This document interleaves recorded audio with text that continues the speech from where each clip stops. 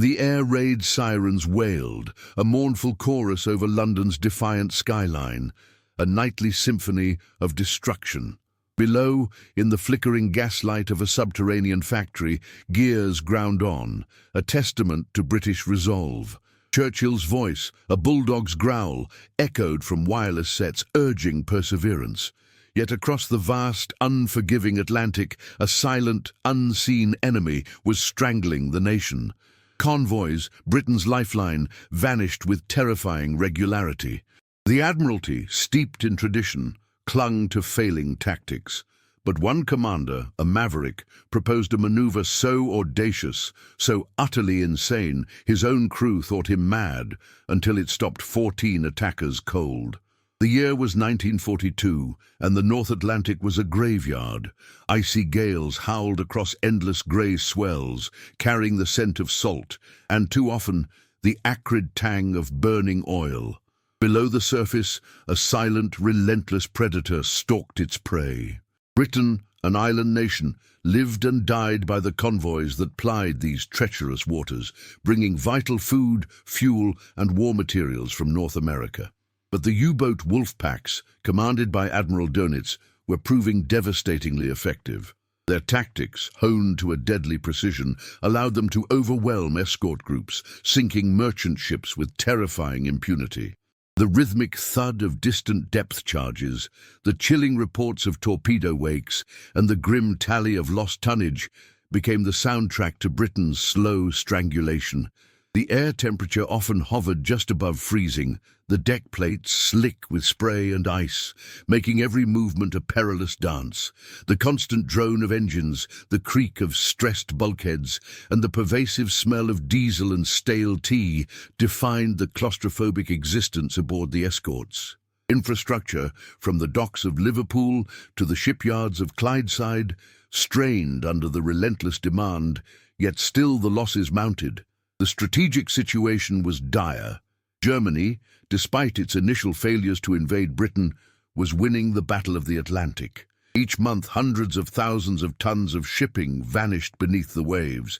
In January 1942 alone, 368,000 tons were lost. By June, this figure had soared to an unbearable 700,000 tons. The nation faced an existential threat, its very survival hanging by a thread of dwindling supplies. Conventional methods, primarily defensive screens around convoys, were proving inadequate. The U-boats, operating in coordinated packs, simply overwhelmed the escorts, picking off merchantmen at will. The Admiralty, steeped in centuries of naval tradition, struggled to adapt. Their rigid adherence to established doctrine, their cautious approach, was costing lives and ships at an unsustainable rate. The systemic failure was measurable, stark, and horrifying. An average of 150 merchant ships sunk monthly, 5,000 merchant seamen lost every 4 weeks. The economic cost was staggering, diverting immense resources to shipbuilding that barely kept pace with the losses.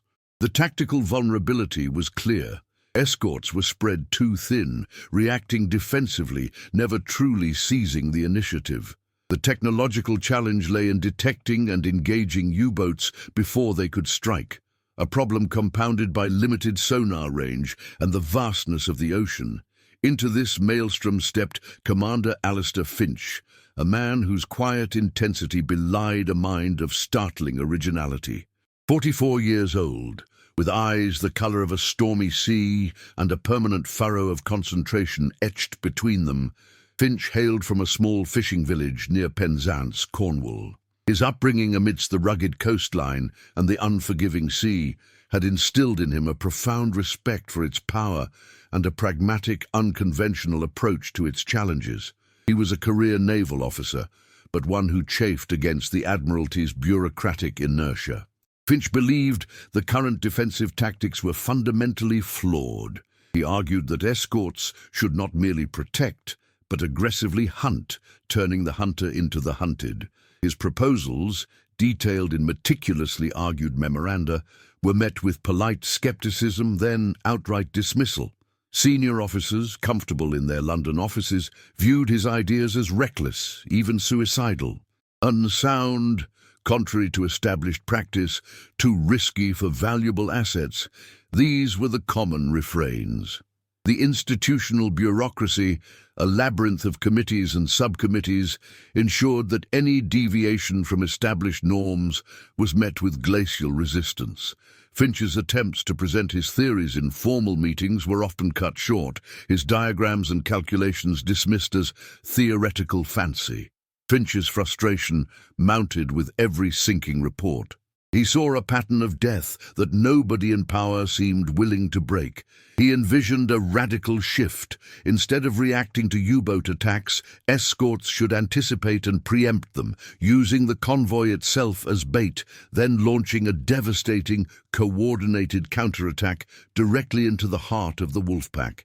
He called it the hammer and anvil maneuver, a concept that flew in the face of every defensive principle taught at Dartmouth. His superiors, particularly Vice Admiral Sir Reginald Ponsonby, a man whose career was built on strict adherence to doctrine, considered Finch a brilliant but dangerously unstable maverick. Ponsonby once remarked, "Finch's ideas are as wild as a Cornish gale. They'd sink more of our own ships than the Germans ever could." The devastating loss of convoy SC-107 in November 1942, where 15 merchant ships were sunk out of 37, finally forced the Admiralty's hand. The sheer scale of the disaster, coupled with the mounting pressure from Churchill himself, demanding new thinking, created a small window of opportunity. Ponsonby, under duress, reluctantly agreed to allow Finch to test his theories, but only with a single experimental escort group comprising HMS Vigilant, a battered Flower-class corvette, and 2 older destroyers, HMS Goliath and HMS Fury.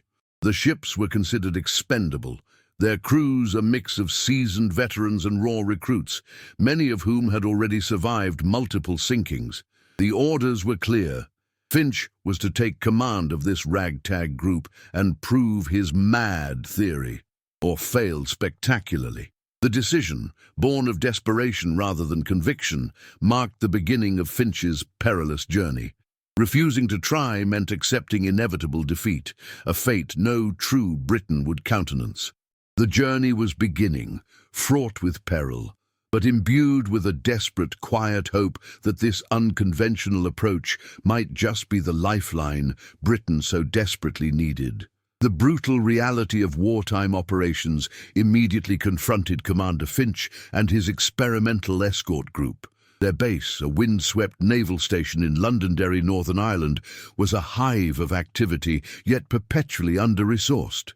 The docks, perpetually damp and smelling of diesel and salt, saw ships turn around with frantic speed, crews often working 16, 18-hour shifts, fueled by weak tea and thin rations. HMS Vigilant, a Flower-class corvette, was a sturdy but small vessel, designed for coastal defense, not the relentless fury of the mid-Atlantic. Her engines, though reliable, were slow, her sonar primitive, her armament adequate, but not exceptional. The 2 destroyers, Goliath and Fury, were veterans of earlier campaigns, their hulls scarred, their machinery prone to breakdowns. The physical environment was unforgiving. The North Atlantic in winter was a maelstrom of towering waves, incessant rain, and biting winds that cut to the bone. Fog banks could descend without warning, reducing visibility to mere yards, turning the vast ocean into a claustrophobic trap. Ice formed on rigging and decks, adding treacherous weight and making every task hazardous. Time pressure was a constant, suffocating presence. Each day without a solution meant more ships lost, more lives extinguished, more resources burned, pushing Britain closer to the brink. The weight of this responsibility pressed heavily on Finch, though he rarely showed it. Technological limitations were stark. Vigilant's Type 1-23A sonar, while functional, had a limited range and was easily fooled by thermoclines or rough seas. Depth charges were plentiful, but their deployment was often a matter of guesswork. Critical materials were scarce. The U-boat blockade had cut off access to many vital components. Repairs often involved cannibalizing parts from other damaged vessels or fabricating replacements in makeshift workshops. The engineers, their faces perpetually smudged with grease, performed miracles with limited tools and even less sleep. Obsolete machines were kept running through sheer force of will and ingenuity. Human challenges were equally profound. The crews, a cross-section of British society, Cockney stokers, Welsh gunners, Scottish engineers, and officers from every corner of the empire, were exhausted. Many had already seen friends die, their nerves frayed by the constant threat. Rationing meant meagre meals, and the nightly air raids on their home ports, though distant, weighed heavily on their minds. Yet a peculiar, dry humour persisted.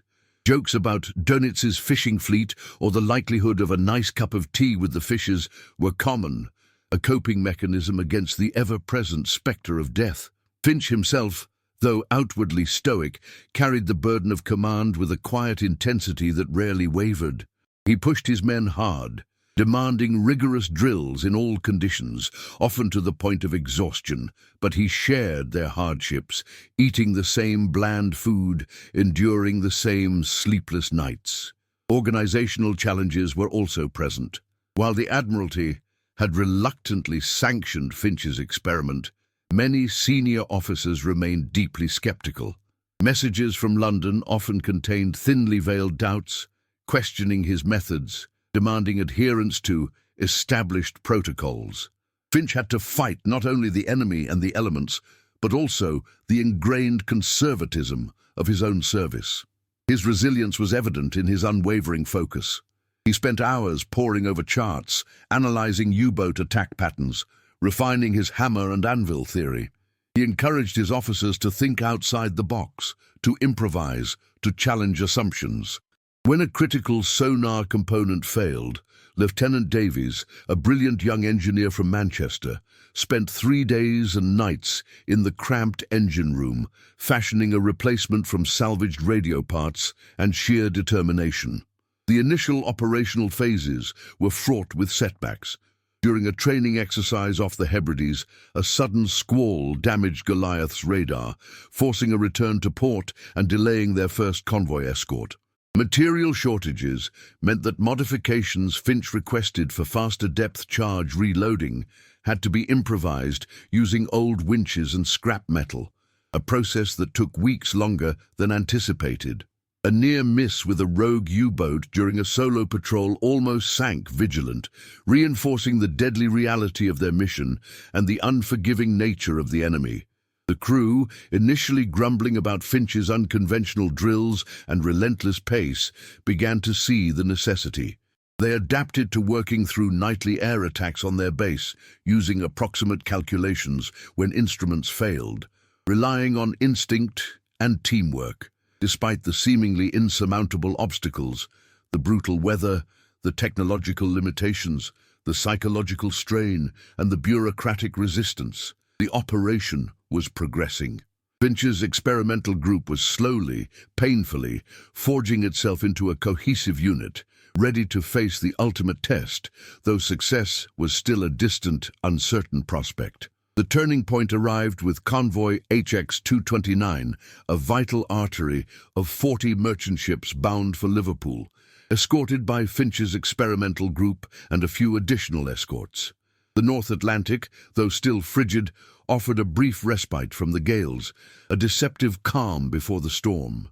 German intelligence, having tracked the convoy's departure from Halifax, deployed a formidable wolf pack, 14 U-boats, U-333, U-336, U-378, U-406, U-435, U-440, U-441, U-457, U-468, U-523, U-526, U-527, U-530, and U-600, a veritable armada of steel predators converging from all directions, their mission total annihilation.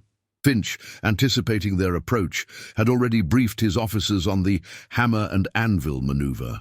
Instead of forming a traditional defensive screen around the convoy, he would use the merchant ships as bait, allowing the U-boats to close in, then launch a coordinated, aggressive counterattack directly into the heart of the wolf pack. His plan was audacious, bordering on suicidal.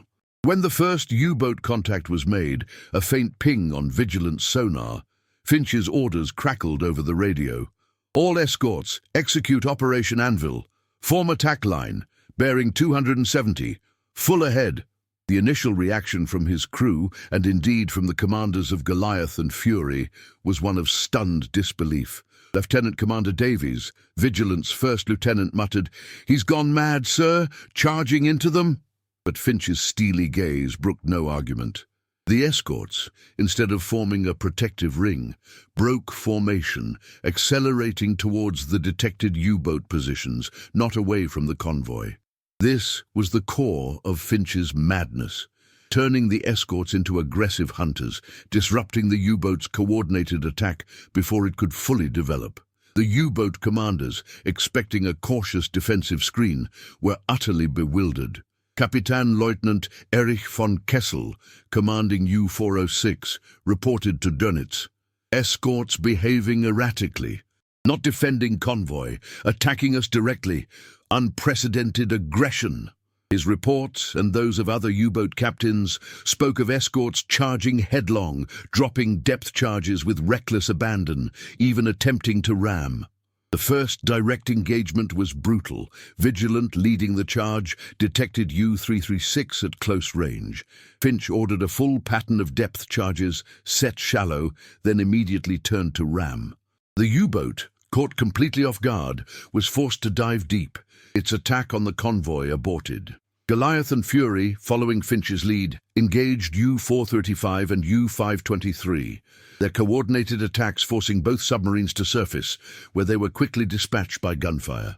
The chaos was absolute. Finch's tactic relied on speed, surprise, and overwhelming local superiority at the point of contact. The U-boats, accustomed to picking off stragglers or attacking from a distance, found themselves under direct, relentless assault. Enemy intelligence reports began to show growing anomalies. Convoys that should have been decimated were arriving with minimal losses. U-boat commanders, usually confident, were reporting unusual escort behavior and fanatical resistance. Dönitz's analysts in Berlin struggled to reconcile these reports with their established understanding of British naval tactics. They presumed British escorts were slow, defensively minded, and rigidly hierarchical. Finch's agile, creative approach, which deliberately broke all their military logic rules, was incomprehensible. Some dismissed the reports as exaggeration, others as temporary luck. This arrogance, born of their own doctrinal rigidity, blinded them to the unfolding reality. They could not accept that a simple, unconventional method could so effectively counter their presumed superiority. The hammer and anvil maneuver was devastatingly effective. Over 3 days and nights of relentless combat, Finch's group, augmented by other escorts who quickly grasped the new tactics, engaged the Wolfpack repeatedly. The U-boats, their coordination shattered, their morale plummeting, found themselves hunted rather than hunting. The theory had become a devastating reality. By the time convoy HX-229 reached the relative safety of coastal waters, 7 U-boats had been sunk and several others severely damaged, forced to return to base. The convoy suffered only 2 merchant ship losses, an unprecedented success rate for such a large Wolfpack encounter. The adversary was perplexed, their operational doctrine shattered. They faced an unprecedented challenge, one their system could not counter, but still, they could not fully grasp the simple, brutal ingenuity behind it.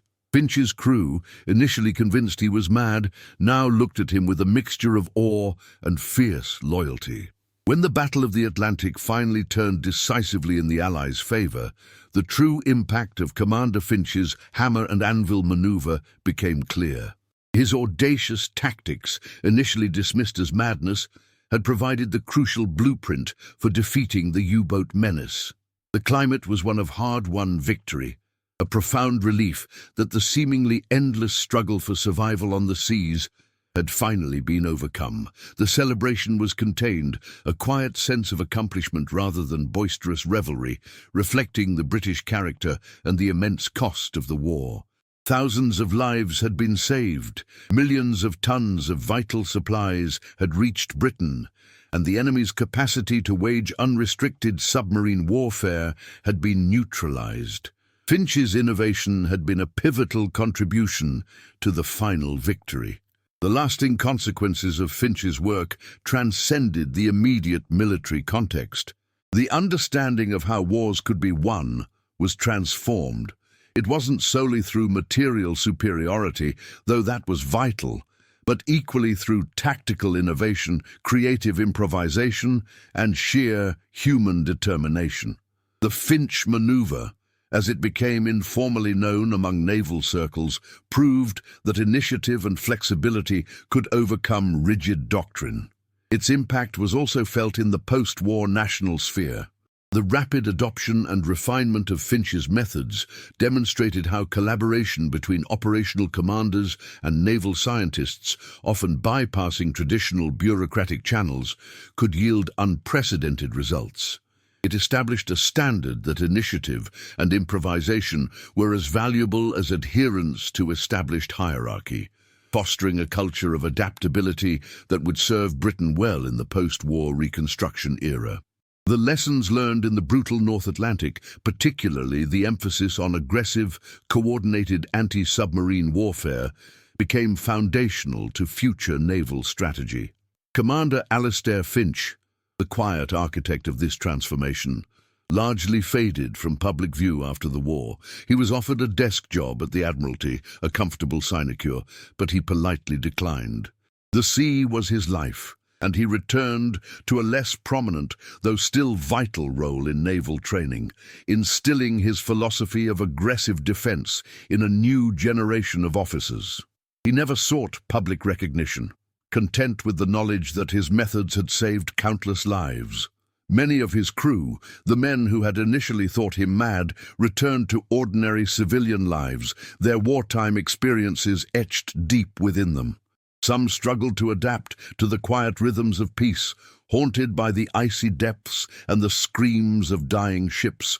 Others, like Lieutenant Davies, the brilliant engineer, went on to distinguished careers in industry, applying their wartime ingenuity to civilian challenges. Finch received a quiet knighthood in 1946, Sir Alastair Finch, a recognition that was understated, much like the man himself. His true contribution, however, was the genuine gratitude from the comrades who had survived because of his mad ideas. The historical legacy of the hammer and anvil maneuver, though initially overshadowed by the broader narratives of the war, slowly gained prominence. Decades later, as official documents were declassified, historians began to piece together the full story. Dr. Eleanor Vance, a naval historian from Cambridge, discovered Finch's original memoranda and operational reports in a dusty archive in the 1970s. Her meticulous research, coupled with interviews with the last surviving members of Vigilant's crew, brought Finch's story to light. The operation was reintegrated into the national historical narrative as a primary example of innovation under extreme pressure, a testament to British ingenuity and resilience. The final statistics were staggering.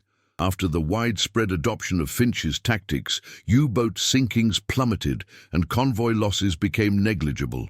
It is estimated that Finch's methods directly contributed to saving over 100,000 lives and ensuring the delivery of over 50 million tons of vital supplies. The operation proved something fundamental about human capacity to confront seemingly impossible challenges and emerge not just having survived, but having prospered. It demonstrated how ordinary individuals, when pushed to their limits, could achieve extraordinary things. It showed how a nation facing existential threat could demonstrate a resilience that became an indelible part of its identity. And it underscored how innovation, born from desperation and a refusal to accept defeat, could fundamentally change the course of history. Sir Alastair Finch, the quiet Cornishman, had shown them all that sometimes the maddest ideas are the ones that save the world. If this tale of British grit and ingenuity stirred your spirit, do give us a like and consider subscribing to the channel. Your support helps us unearth more remarkable stories of courage and innovation from our nation's past. Share your thoughts in the comments below. What other unsung heroes deserve their moment in the spotlight? Keep calm and carry on, and let's keep history alive together.